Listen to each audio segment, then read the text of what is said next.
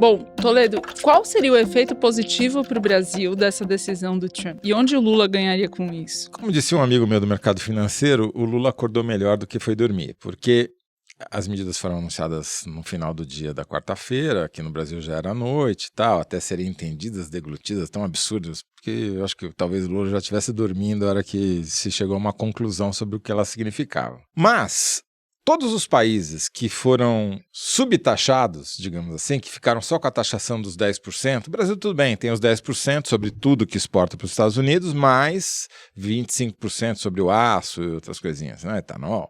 Mas o principal é que os países que não tiveram essa sobretaxa para todas as suas exportações, como teve o Japão, a China, a União Europeia, etc., o Lesoto, a Madagascar, esses países vão ficar bem, por comparação, entendeu? Porque já que está tudo sendo taxado, o meu está sendo taxado menos. Vai abrir oportunidade de negócio, vai abrir oportunidade de triangulação, vão receber, podem fazer acordos bilaterais com os países que foram mais taxados para absorver parte dessas exportações a um preço mais módico, sei lá, as possibilidades são muito grandes.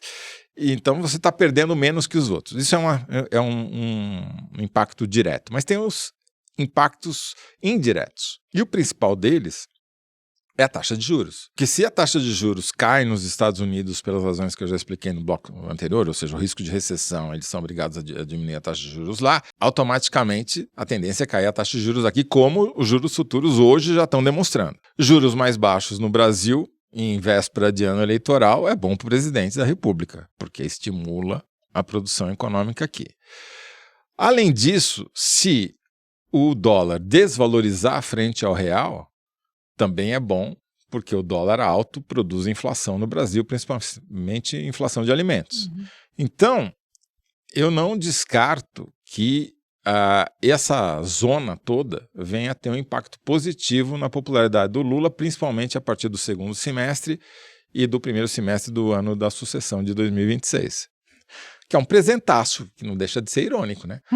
Quer dizer, a maior esperança do Bolsonaro, que era a eleição do Trump, se tornar aquilo que vai tirar o Lula do vale da aprovação. Só queria fazer uma observação sobre o negócio da aprovação. Saiu mais uma pesquisa, agora noticiada essa semana, sobre a avaliação do Lula. É rigorosamente igual ao resultado de março e de fevereiro do IPEC.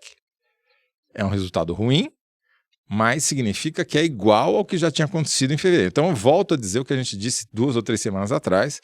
A popularidade do Lula caiu em janeiro, o maior tombo foi em janeiro, continuou caindo um pouco em fevereiro e parou de cair em março e continua não subindo, não caiu mais em abril, segundo essa pesquisa. Então, a notícia é que parou de cair.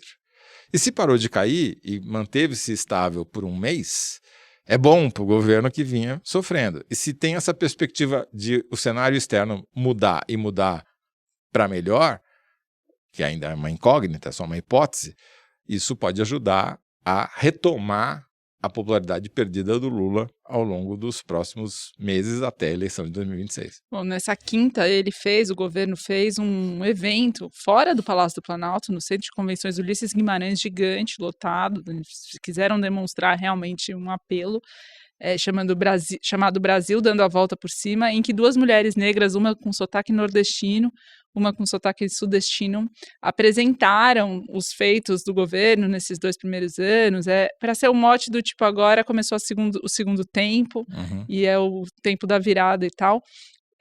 O Lula está realmente precisando de boas notícias nessa seara. Mas o Bolsonaro também está precisando de boas notícias, tem tentado correr atrás. A oposição colaborou esse final de semana com atos que reuniram pouca gente, né, em atos contra a aprovação da lei de anistia ao 8 de janeiro, e isso foi motivo, obviamente, de chacota por parte do Bolsonaro e dos seus asseclas. Teve um evento na PUC, São Paulo, na segunda-feira, a segunda foi dia 31 de março, né, que foi quando o golpe começou a ser dado em 64, que era para marcar essa data, mas era também para fazer ponto da bandeira sem anistia. Estavam lá o Zé Dirceu, o Genuíno, e outras figuras da esquerda, e vários deles falaram sobre isso. A gente precisa ir para a rua. O Dirceu mesmo falou: precisamos disputar as ruas, a classe média. O Dirceu disse que, em outras palavras, o Bolsonaro já foi entregue aos leões. Diz ele que o Bolsonaro vai responder pelos crimes dele, mas o Tarcísio sim foi abraçado pela elite, que o quer como candidato e não ao Bolsonaro. Mas em Brasília, ao mesmo tempo, se o diagnóstico do Dirceu em São Paulo é esse, em Brasília o partido do Bolsonaro tem feito diversos esforços para conseguir passar um projeto que anistia o Bolsonaro e os demais condenados do 8 de janeiro. Já condenados e futuros e condenados. futuros condenados. O movimento dessa semana era de o partido que tem a maior bancada na Câmara, mais de 90 deputados, obstruir as votações enquanto o Hugo Mota, presidente, não pusesse para votar o projeto da anistia. E aí, Toledo, na quarta-feira, houve o grande teste dessa estratégia, que foi a votação da urgência e depois do mérito do projeto de reciprocidade econômica, que permite o Brasil a retaliar parceiros comerciais que imponham taxas indevidas ao Brasil, justamente pensando no Trump. E como foi? E aí, na urgência, mesmo com a obstrução do PL, foram 361 votos a favor e 10 somente contrários. Então, foi uma senhora derrota a estratégia da obstrução do PL e depois, no mérito, o projeto foi aprovado. Já tinha sido no Senado, foi a sanção. É um sinal evidente, né, bastante evidente, de que o projeto de anistia tem resistências. O que o Hugo Mota tem demonstrado semana após semana é que a urgência do PL, do partido do Bolsonaro, não é a urgência que ele tem em relação a essa pauta. Essa pauta não é que ela não tenha voto. A questão é timing e voto também, né? E aí, o que o partido do Bolsonaro fez foi uma estratégia de, no dia 1º de abril, terça-feira, dia da mentira, entrar com uma medida através do seu advogado, Marcelo Bessa, com quem eu conversei, que seria uma alternativa ao projeto de anistia aos condenados do 8 de janeiro. Qual é essa medida, Toledo? No parágrafo 3º do artigo 53 da Constituição, o Congresso consegue suspender uma ação contra um deputado ou senador se o plenário da sua casa, Câmara ou Senado, aprovar, desde que a denúncia tenha sido sobre algum crime cometido após a diplomação do deputado. No caso, é o Alexandre Ramagem, do PL do Rio de Janeiro, que foi denunciado junto com o Bolsonaro e os outros 6 réus na denúncia que foi aceita no Supremo. Eles entraram com esse pedido e, segundo o Marcelo Bessa, que é o advogado do PL que fez esse apelo, a Câmara, aprovando a suspensão da ação contra o Ramagem, acabaria assustando a ação de modo geral, beneficiando também o Bolsonaro, ou seja, congelaria o julgamento no Supremo. Disse o Bessa para mim que, a PGR, Procuradoria-Geral da República, podia ter desmembrado a denúncia e denunciado o Ramagem sozinho. Como não o fez junto com os outros réus, uma eventual decisão da Câmara de suspender o julgamento beneficiaria o Bolsonaro também. Essa é uma tese que o Centrão está testando para ver se consegue assim, fazendo deste jeito e não via o outro projeto de anistia, paralisar o processo contra o Bolsonaro no Supremo. Se eu entendi, o que o PL, partido do Bolsonaro, está querendo é que a Câmara declare que, com base num artigo da Constituição, o processo contra o Ramagem tem que ser suspenso porque XYZ. E por extensão, o do Bolsonaro, Braga Neto, Heleno. Agora, qual que é o problema disso? Onde que tem dificuldade, obstáculos a isso? Um ministro do Supremo Tribunal Federal falou que uma eventual suspensão do processo prevista pela Constituição, com base nesse artigo, em relação ao deputado Ramagem, primeiro, não se estenderia aos outros réus denunciados junto com ele. E segundo, só se aplicaria aos 2 crimes que foram cometidos depois da diplomação, que seriam os crimes de dano qualificado e dano contra o patrimônio público.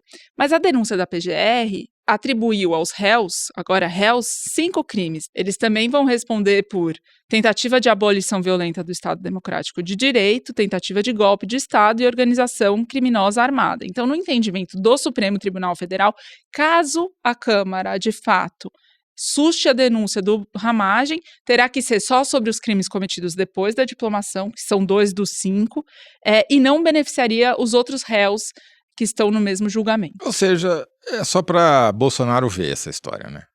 É só para o PL dizer que está fazendo alguma coisa. Ou numa lógica inversa, mostra que eles estão com dificuldade de emplacar essa tentativa de anistia. Entendi. Quer dizer, nem isso está conseguindo. Quanto mais a anistia ampla, geral e restrita que eles queriam. Agora, ao mesmo tempo, Thaís, você me chamou a atenção para uma coisa muito curiosa que aconteceu essa semana, que é o Ciro Nogueira, presidente do PP, apresentando um projeto de lei para substituir o projeto do governo que isenta até R$5.000 as pessoas que pagam imposto de renda e criando uma maneira alternativa de criar compensação. Em vez de taxar rico, o Ciro Nogueira inventou uma maneira nova de fazer isso e mandou para o Arthur Lira, que é o novo relator desse projeto na Câmara. A gente mencionou aqui que esse projeto de imposto de renda seria talvez o primeiro grande teste de poder do Hugo Motta na presidência da Câmara. A escolha dos relatores de projetos centrais como este, do imposto de renda, a escolha é muito estratégica e mostra como que o presidente da Câmara está escolhendo aliados, enfim, exercendo sua influência no plenário. O que aconteceu? Nessa quinta-feira, o presidente do Partido Progressista, senador Ciro Nogueira, foi ao lado do Hugo Motta no salão da Câmara dos Deputados e o Hugo Motta anuncia que o relator vai ser o Arthur Lira, que não estava neste anúncio, basicamente passa a palavra para o Ciro Nogueira, que fala, bom, a gente fez um estudo aqui para manter a isenção do imposto de renda, mas com uma nova forma de compensação, ele tentou explicar, mas não entrou muito em detalhe, não ficou exatamente claro qual que é esse projeto, e acabou, foi um anúncio super rápido. Eu apurei que depois de lá, o Ciro Nogueira foi até o gabinete do Arthur Lira, mas por que o Arthur Lira não estava neste anúncio? O que eu quero dizer? Ele desprestigiou o ato, né? Isso, né? A gente sempre fala isso, a política é o teatro, é a cena que se constrói. Essa cena tem alguns ruídos. Está faltando o personagem principal, que é o relator. E o Hugo Motta, enquanto presidente da Câmara, escolheu, no poder que ele tem de escolher os relatores, ele escolheu o deputado Arthur Lira. Suspeitava-se que ele iria indicar alguém que o Lira indicasse para mostrar a influência. Não, ele indicou o próprio Arthur Lira, que não foi a esse ato. O senador Ciro Nogueira usou essa oportunidade para falar desse projeto em nome do Partido Progressista. Ficou algo no ar aí que mostra no limite isso, e um fato que a gente precisa mencionar, que o Ciro Nogueira passou essa semana também sendo citado pela relação que ele tem com o presidente do Banco Master, que está em vias de ser vendido, boa parte do Banco Master ser vendido para o BRB, que é o Banco de Brasília, estatal, numa transação que o Banco Central precisa aprovar. O Banco Master está muito alavancado, o mercado financeiro está em polvorosa, na iminência de estourar aí uma grande possibilidade de crise, mas o que o Ciro Nogueira tem a ver com isso? O Ciro Nogueira já tentou colocar em projetos alheios a esse assunto uma medida para favorecer o Banco Master, e ele tem relações, segundo diversas notícias que já foram publicadas, inclusive no UOL pela Natália Portinari, com o presidente do Banco Master. Então, nessa mesma semana em que acontece isso, também o Partido Progressista antecipou aí o anúncio da relatoria do imposto de renda. A partir dessa informação que você deu, eu fui tentar descobrir na Fazenda o que eles acharam dessa peripécia do Ciro Nogueira.